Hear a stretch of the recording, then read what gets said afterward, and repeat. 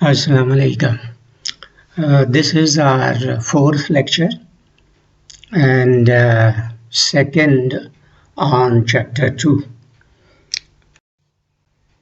On the first slide, the title is Role of Tester in Conducting Psychological Tests.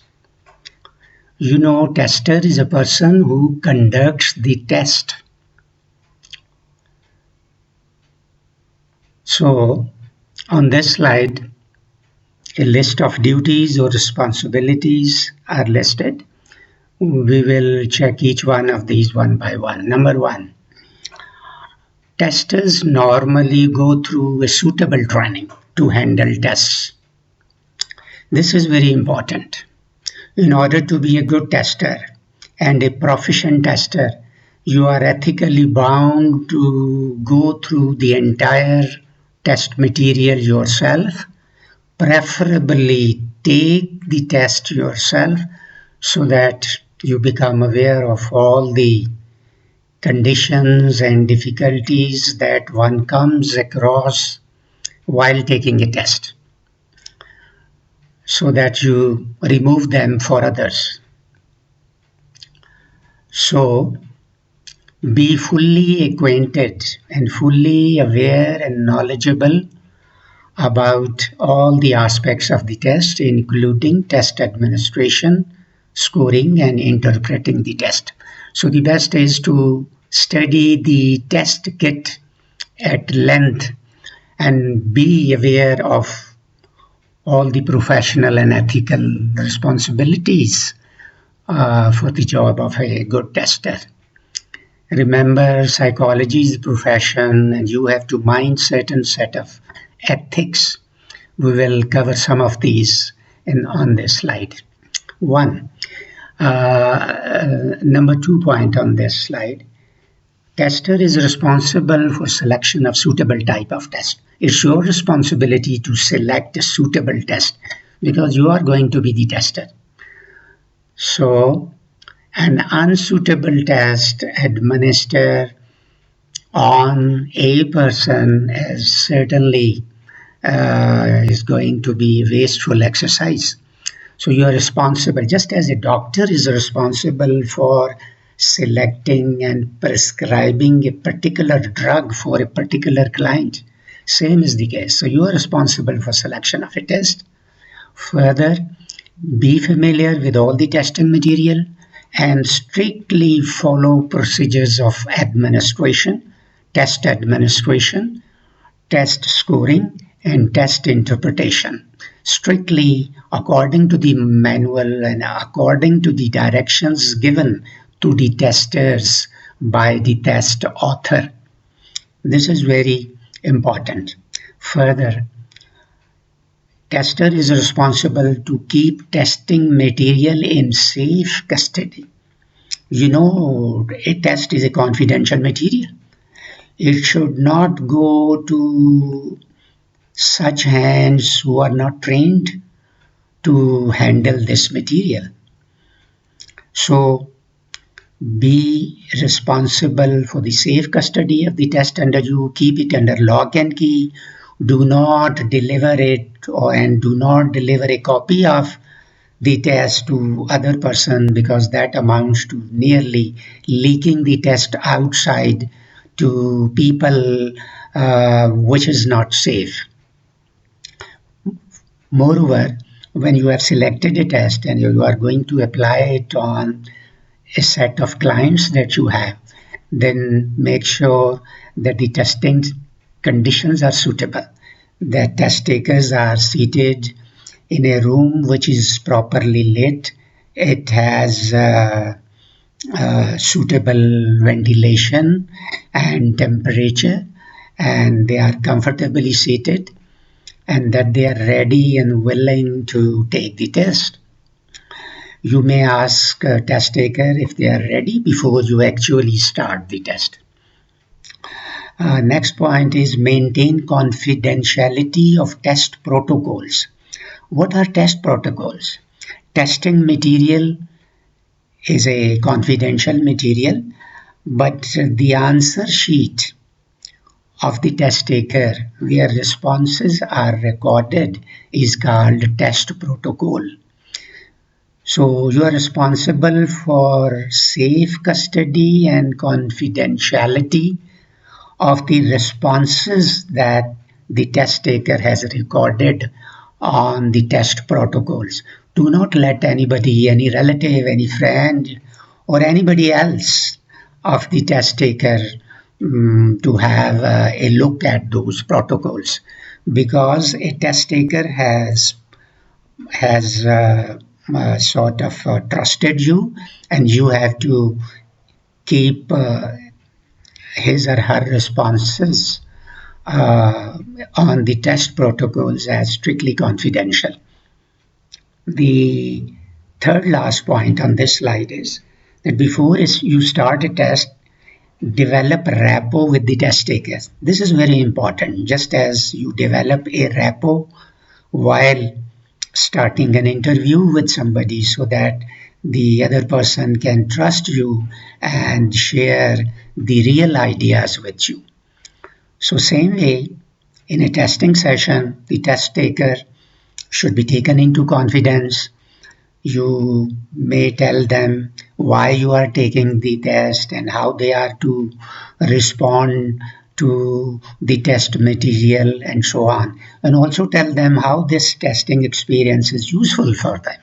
For example, somebody has appeared for a job test. Obviously, he is motivated to take the test, but when you will tell something about the test and you tell them that their answers will be scored in a certain fashion and that the top scorers will be shortlisted and they are likely to get a job and so on. So that's something very important. It helps you to establish a rapport, which is positive relationship with your test taker.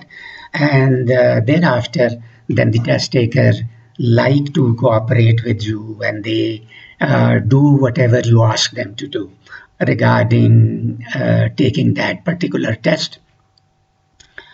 The second last point is that convey complete instructions to the test taker. Every test has specific instructions.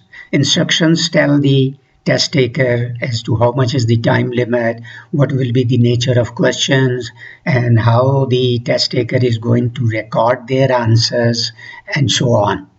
So, provide complete instructions. When there are negative marking or negative scoring in certain test, please do tell to the test taker so that they are aware of this condition and they respond with proper responsibility. Last point on this slide is that it is possible that you have one or two disabled person in your testing session. They may be a person with some kind of disability. Suppose in a job test of 30 people, there is a person who is blind, or there is another person who is perhaps has a weak eyesight, or maybe is in a condition that he cannot write his test responses because of some fracture in the arm or something like that. You have to provide specific accommodation to those persons. This is also technically called alternative assessment. Those persons may be taken separately and you facilitate them in a way that they are able to take the test despite their disability. For example, for blind, you have to translate the written test into Braille language. And likewise, if a person cannot write the test himself or herself, you can provide him an assistant to write the responses. Okay, we move to the next slide. And the question is that might have struck to you as to where to get psychological test. How can we find psychological test and from where? In other words, what are the places or the ways in which we can find an access to the test. So the first is, as I told you before, that there are certain test publishing houses. Just contact them, go to their website, browse their website, look into their catalog, and find a suitable test for yourself. And when you select a test of your choice, you can place a purchase order with the company, send them money, and they'll dispatch the test kit to you on your address. That is one way of getting a copy of the test for your own use. Another way is that if the test is available with the author himself and it is a research tool, then you can ask the author to lend you a copy for certain uses, and in that way you can find a copy and use it as you like. Once you get the kit or the test material, always read the manual of the test so that you become fully knowledgeable, you become more knowledgeable about the test and its conditionality, so that you are clear about the test and its use and the type of people on whom you can conduct this test. So visiting test publishing houses through their website is one way of finding access to the test. The second way is that you can browse journal articles.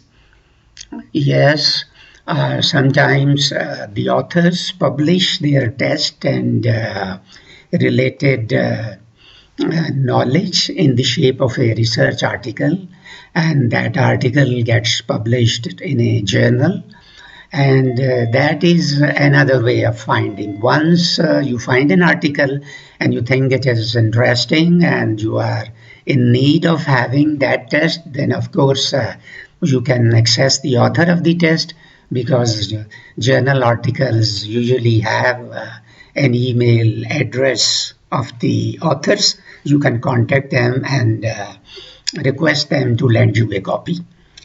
A third way is to explore online databases. There are many articles which are on the databases, and they're not there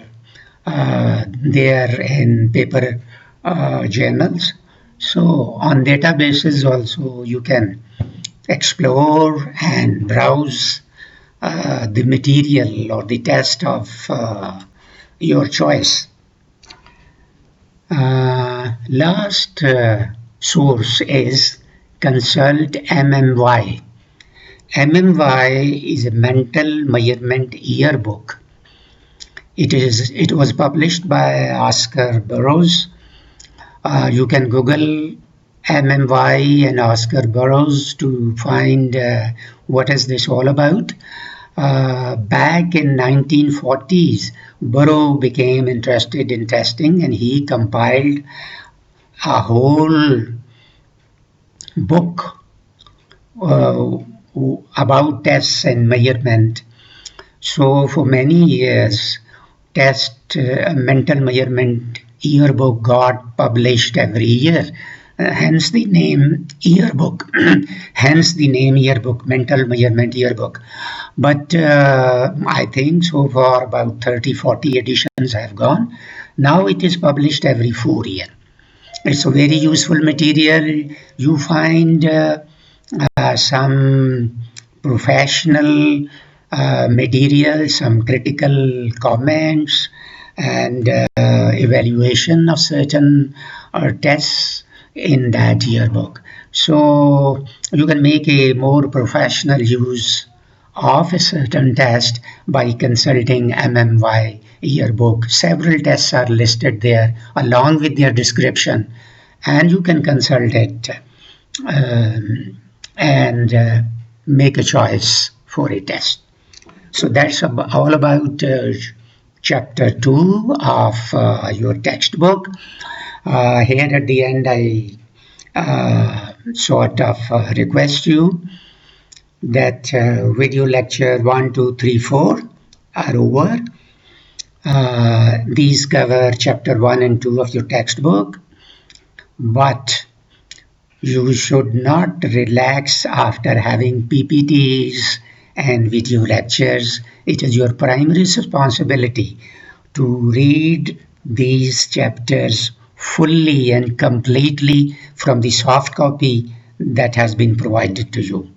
Remember, when you are going to sit in quizzes and exam, those students who have gone through the entire chapters are likely to get more marks. So you cannot skip reading the book itself. At least one book per course is the minimum and a must for a graduate student aspiring to get a graduate degree. Please start reading today. Thank you.